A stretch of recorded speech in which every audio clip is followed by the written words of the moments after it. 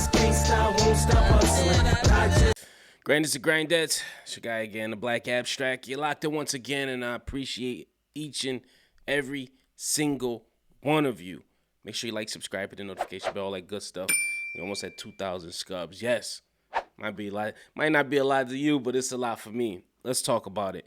Big Sean did an interview on Drink Champs where he discussed a plethora of things. It was mainly a response to his interview that he did, Kanye West did on Drink Champs last month.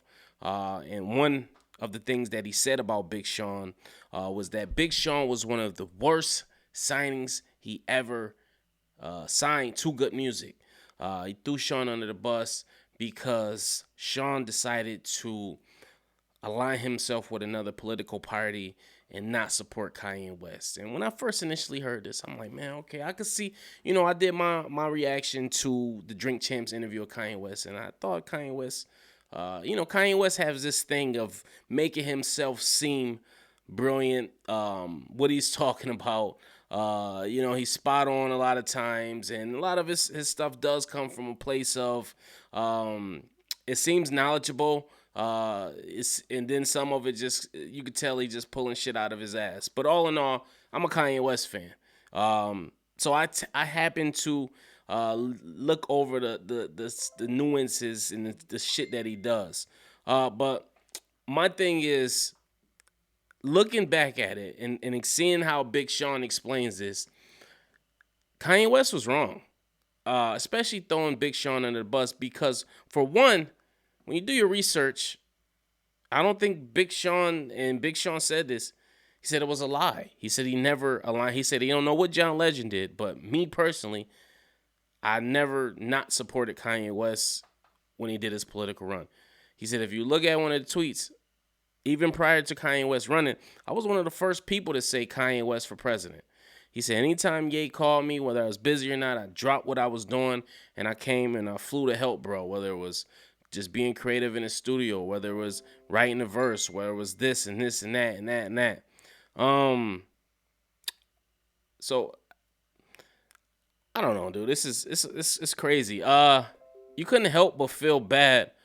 You couldn't help but feel bad for Big Sean in some way. You could tell he was hurt. Like he told Nori, he said initially he laughed at the comments, but then eventually he was mad. He was upset because he was like, listen, I'm by far probably the most successful artist on Good Music in terms of sales, putting out 5 albums, platinum, and I'm by far the most loyalist. I've stood around longer than anybody. And he said the guy that you big up, Drake, who you got beef with, who's constantly, whenever he gets the chance, disrespects you, you got nothing but nice things to say about him.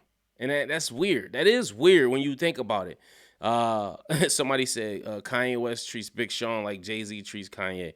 I don't know. I don't know them personally, but I know Kanye West would never say Jay-Z is the worst sign, or Jay-Z would never say Kanye West is the worst signing he ever did. I remember he was asked about this, and Jay-Z actually said Kanye West is the best signing that he ever did. So I feel bad for Sean. And I don't think he necessarily deserved this. And you could tell, listening to Sean, you could tell Sean that Sean definitely has matured as an artist. You could tell he's not really a confrontational type person. You can tell his mind space is that of a mature person. You can tell he meditates. He's very calm throughout the whole interview. He kept his poise and his poisure, even when Nori and him was drunk and slurring words and pronouncing song titles. Big Sean did a good job of executing his message and what he wanted to convey about Kanye West. And and it was nice seeing when they asked him his order of albums, what he was going through in the process of it and where he ranked what. And he has high regards for Detroit, which I thought was an amazing project. The first Detroit, second Detroit as well. My favorite Big Sean album, I liked it. I Decided a lot. And I like the Twisted Dark not Twisted Dark. What am I talking about? The song with I'm Blessed on there. What was that called? Dark Sky Paradise. I'm sorry. I thought that was a dope CD. And I like Finally Famous. Listen, Finally Famous, man, that was one of my joints, man. So Big Sean has consistently put out great shit. I've always supported Big Sean in terms of when he was considered the newer rapper.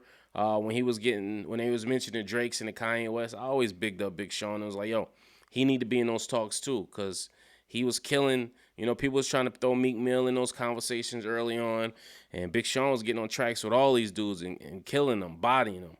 You know what I'm saying? Killing Meek Mill on Burn. Listen to Burn. Killed Meek Mill on that. Listen to B-Boy. Killed Meek Mill on that as well. And pretty much anybody you put in front of him, he was bodying them and destroying them on tracks. So, I don't know why he don't get mentioned. Maybe it's consistency. Maybe just because he takes time. I don't know, but you can't say that because Kendrick does the same thing. He takes his time off. Maybe because I don't know. I was gonna say maybe because he don't necessarily have a classic album per se, but Drake doesn't either. So who knows, man?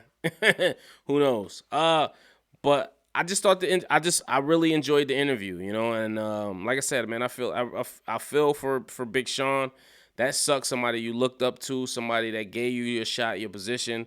Because at the same time, you could see he didn't want to be disrespectful, but at the same time, he wanted to let you know he wasn't no slouch, and he didn't appreciate that shit. You know what I'm saying? And they was like, yo, why you didn't bring it up certain times? He's like, cuz like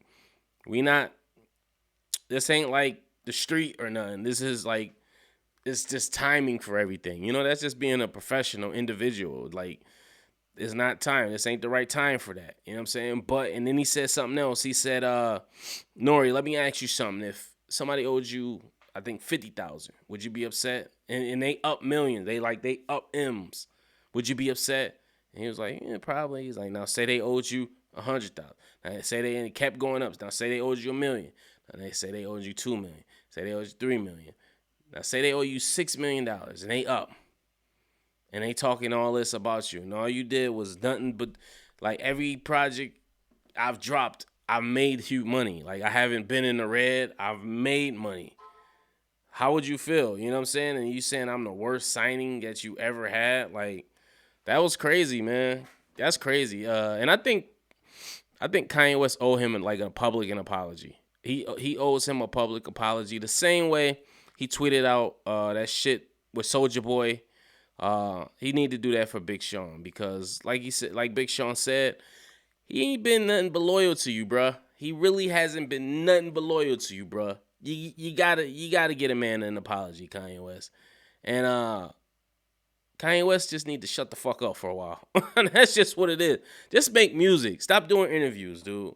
And stop shitting on your artists, man. Stop shitting on people that help build the good music brand. I'm not saying Yeezys, because that's what you're rich off of. And that's another thing people got misconstrued.